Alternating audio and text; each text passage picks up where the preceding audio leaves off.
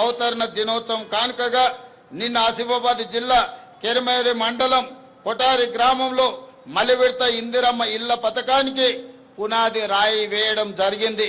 అదేవిధంగా మిత్రులారా, పేదవాడికి సొంత ఇల్లు ఆత్మగౌరవం అయితే రేషన్ కార్డు, ఆహార భద్రత, ఏళ్లకేళ్లకి ఎదురు చూస్తున్న కుటుంబాల ఆకాంక్షలను మా ప్రభుత్వం నెరవేర్చింది. రాష్ట్ర వ్యాప్తంగా 15,12,000 కొత్త రేషన్ కార్డులను జారీ చేశాం. ప్రస్తుతం రేషన్ కార్డులో 19,44,000 కొత్త సభ్యులను చేర్చడం జరిగింది.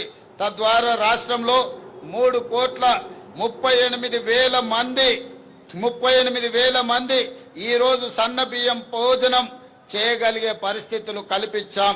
అదేవిధంగా మిత్రులారా, ఈ ఆధునిక యుగంలో కొన్ని సామాజిక రుగ్మతలు సమాజాన్ని వేధిస్తుండడం నాకు ఆవేదన కలిగిస్తుంది. ముఖ్యంగా వృద్ధుల సంరక్షణ విషయంలో కొన్ని సంఘటనలు ప్రభుత్వాన్ని కదిలించాయి. పిల్లలు కన్న తల్లిదండ్రుల సంరక్షణ బాధ్యతలు స్వీకరించకుండా వారిని వృద్ధాశ్రయంలో చేర్పించడం, చేతులు దులుపుకుంటున్న తీరు తీవ్రమైన ఆవేదనను కలిగిస్తుంది. ఈ విషయంలో ఏదో ఒకటి చేయాలన్న సంఘర్షణ నుంచి వచ్చిన ఆలోచన ఒక పటిష్టమైన వృద్ధుల సామాజిక భద్రతకు భరోసా ఇచ్చే చట్టాన్ని రాష్ట్ర ప్రభుత్వం రూపొందించింది. తల్లిదండ్రుల పోషణ, జవాబుదారీతనం, పర్యవేక్షణ చట్టం తెచ్చి ప్రభుత్వ ఉద్యోగులతో పాటు ప్రజాప్రతినిధులను ఇందులో చేర్చాం.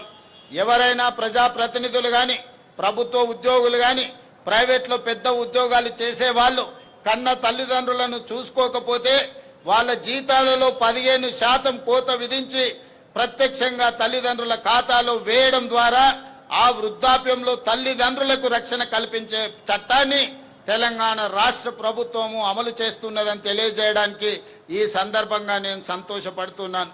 మిత్రులారా, అదేవిధంగా గిగ్ వర్కర్ల చట్టం, ఈ చట్టం కూడా మన రాష్ట్రంలో సుమారు 4 లక్షల మంది గిగ్ వర్కర్లు పనిచేస్తున్నారు.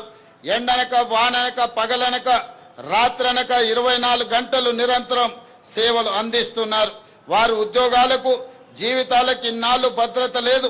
వారి ఉద్యోగ భద్రత కోసం ఈనాడు ఒక చట్టం చేశాం. అందులో రాహుల్ గాంధీ గారి చొరవకు నేను అభినందనలు తెలుపుతున్నాను. గిగ్ వర్కర్ల సంక్షేమ